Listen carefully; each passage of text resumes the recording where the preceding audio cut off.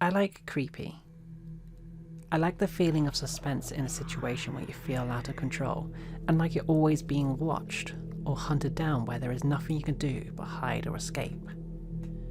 So naturally, when the announcement of the Deep Dark in all its eerie vibes with blinding darkness and unusual fauna growth was showcased, along with a terrifying, taunting, monstrous warden with OTT hit points, goddamn, I love this guy! I was incredibly excited to say the least, as well as many other fans. However, before all of this was even announced, I was always into the idea of creating some sort of creepy adventure map, especially using low render distances to create that close fog. Not knowing what was up ahead or who was behind you can keep you on your feet, and to implement that into a happy, adventurous base building, relaxed Minecraft, I think is such a difficult task. You can't exactly pre-plan jump scares or have a monster completely chasing you without the AI potentially getting lost or just stuck. So you're kind of stuck for the time being with more or less creating a good atmosphere to bring about the creepy vibes and a potentially overpowered player who knows how to scare players in game. Enter the Nether update. The thing I really liked about the Nether update is the biomes. The biomes themselves are cool and whatnot, but what I really got excited for was the render distance fog. Just look at the colours you can get, the deep reds and blues and even purple. But the one that had me fascinated the most was the deltas.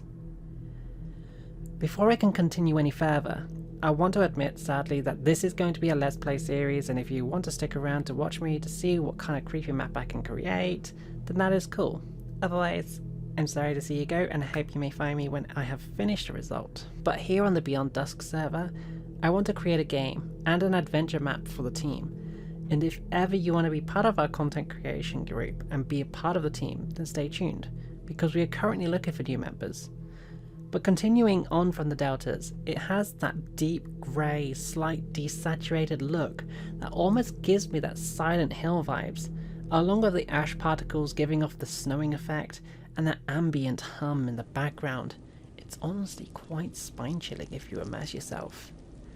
So what if we could recreate a landmass in the biome intended for a creepy-esque map that can then be turned into an escape the monster lurking in the depths of the fog kind of game? Well, let's begin, shall we? And find out.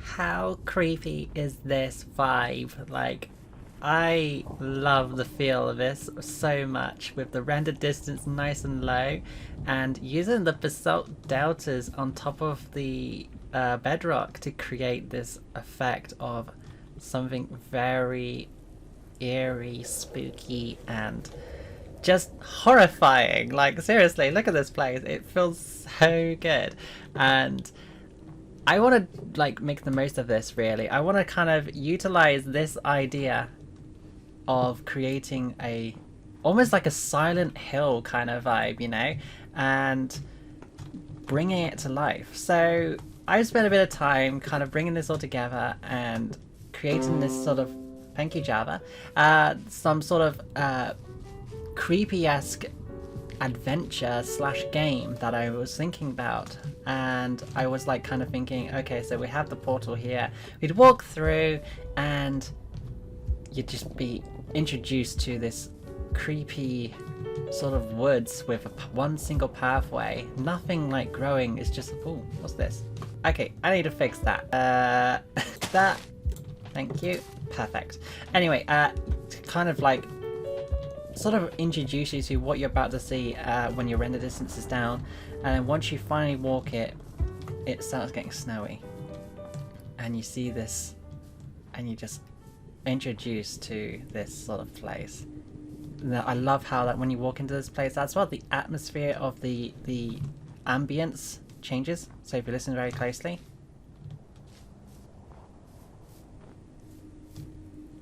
it brings in that nice little hum, and that's what I like. So we're going to basically try and build up this massive area of land as I go along. And I think I'm basically going to see what I can build along the way, like little monuments of like trees, maybe a barn, maybe like a town, like little things here and there to kind of like create little points of interest so that people can navigate this place and also hide, because I do want to kind of make this into a sort of game.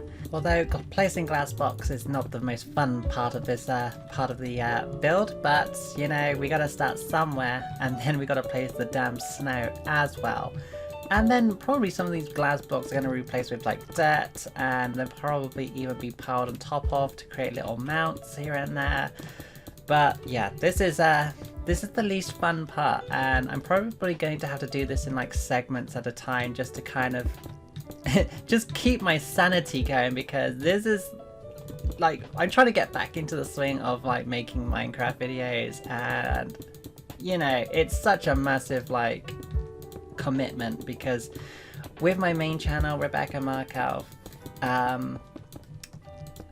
it's hard to already commit to that at the same time as well as do everything else.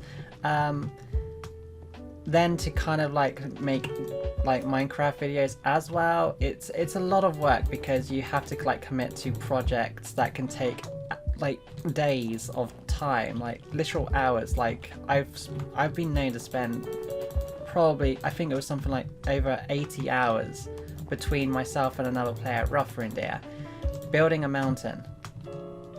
That's between us. So like if it was just me, it'd probably taken about 160 hours or something like that. It was just ridiculously long. So I've now placed a lot more glass and a lot more snow to create more area, and I think what we need to now do is kind of basically bring this to life a bit more. So at the moment it feels like this barren wasteland, and as cool as it looks, and I do want to keep going much further out eventually, but it needs landmarks, I think, and as cool it is having like this snow and this path to follow, which I might implement the use of maps or lodestones at some point potentially. Having landmarks I think would be quite a nice little touch, just to kind of like put things in that people can like use to navigate the area, such as like maybe a specific kind of tree or a statue. So I think what we're going to do now is just work on some sort of like object maybe to place here, maybe. I'm not sure yet. We'll think about it as we go along. I'm thinking maybe just a few trees here and there just to get it started. How about that? However, something happened. So last night I received word that Rough Reindeer triggered my trap after stealing so many crafting tables from me, and I can see he's already nicked one from over here, I'm pretty sure, as well as probably a few more over there. But he has triggered my little trap right here, which, there we go. So it didn't work because it was a little too slow, and it did catch him off guard, which was, it was funny at least. But then Z-Man decided to come and check it out, and this is basically the result of what happened. Hey, Rebecca's been on lately. I wonder if she has any more crafting tables. God damn it, Roth. He does. As long as they're not mine, go for it. Wolfman's video. He taunted me. He taunted you? Oh! She trapped her crafting table! What? I have to see this. I almost died! Seriously? It's like a 30-block drop.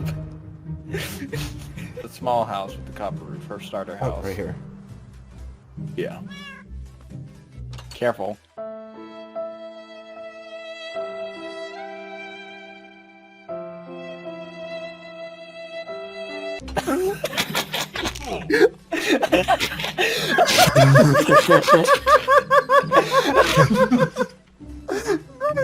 Wait! There's stalagmites down there! Play the clip! Play the sound clip! I'm champion! Get shit on! Get shit on! Get shit on! Yeah, Your ass! Your ass! Shut the fuck up! 1v1 me, you pussy! Pussy! Fucking 1v1 me! You piece of... And now the room is set back in place, so that should be good for another time. So hopefully, Rafa and dear, don't break my damn crafting tables and steal them. Stop it, Rolf, otherwise I will make this worse. I will make this 10 times worse for you. But yeah, I'm sorry, Z-Man. I mean, Rolf did warn you, but you just kind of wily coyote'd right into that trap. Sorry. And back to the main objective. So, with every tree, there must always be a beginning block. And I'm not feeling too confident about this because I kind of want the right kind of tree. But there you go. It's going there. That's where it's going. That's where... Okay. So, I guess I kind of want pretty much straight up trees anyway. I mean, is that high enough? Is that high enough? Go one more. And maybe a little bit of a pointy top. Lovely. And I guess improvise from here. I mean, this is starting to look like just any other ordinary spruce tree, but I kind of want to like bring it out more, I suppose, and I'm just like hoping for the best it's gonna work. I have no idea if this is actually gonna work. Like, trees aren't usually a problem for me, but a specific kind of tree that is meant to be quite tall, like a Christmas tree almost, but in a very more compact style. Oh yeah. Oh yeah. This isn't quite working for me. Let me like refresh a little bit. Okay, I'm gonna try this sort of method. So I'm gonna like sort of like maybe spiral around it. Ah! Really? So maybe like sort of like spiral around it and go upwards maybe? And see how that works out. Sort of almost like as if it's not a full tree. I kind of like that in a weird way. I don't know why I like that. It's probably because it looks really desolate and barren almost, like it shouldn't even be alive. But I feel like it needs to be still a pretty well covered tree. Maybe I should just stick to the spruce. I mean, that looks horrific.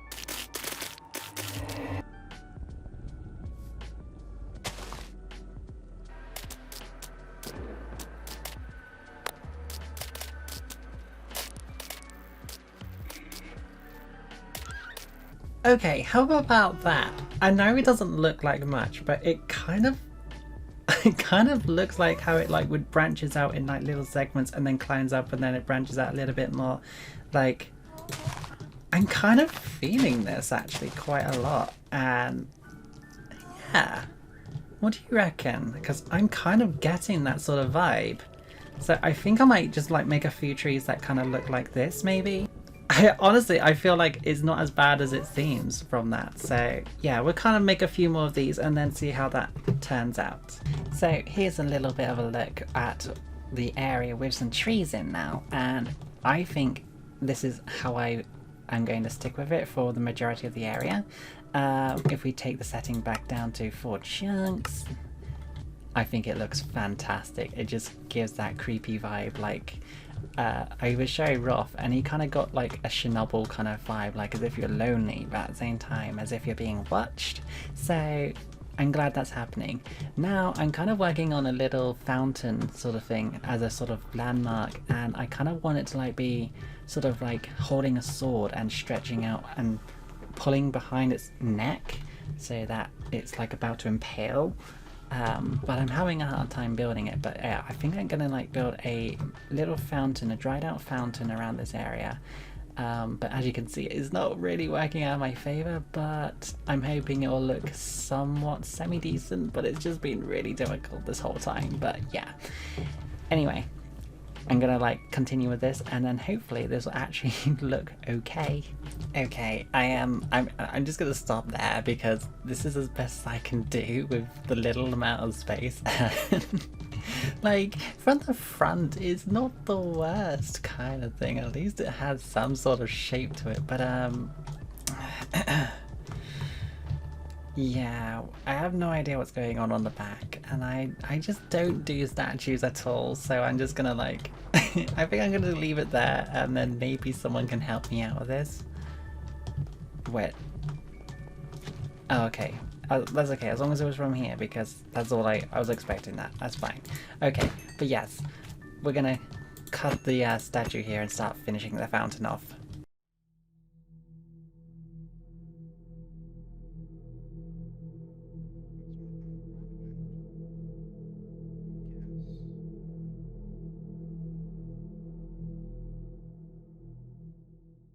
And that's a wrap for this episode, I feel like. So, if you did make it to the end of this video, then thank you so much for actually even watching me all the way up to this point. It's really appreciated. Also, at the beginning of the video, I did mention that we are looking for new members. Now, we aren't just looking for just any members. We are looking for people who actually really want to commit to being a content creator on Minecraft, because what is really difficult about Minecraft on a server is that if you don't have people who commit, then it's very difficult to kind of organize and collaborate if people aren't around and about. So if you do want to join the server, then make sure that you are willing to commit, and also join us on the Discord that I will put in my description below so that you can actually see. And there should be a place where you can apply for the server position as a member. So yeah, if you do want to do that, then just hop on down into the Discord channel and fill out the form, and we will see what you like. Otherwise, thank you for watching this video. If you did enjoy the video, leave it a like, because that will help the channel grow, and I shall hopefully see you in a new episode, in episode 2, working more on this spoopy place, and hopefully we'll have more people to work with and enjoy it with. Yay! See you next time.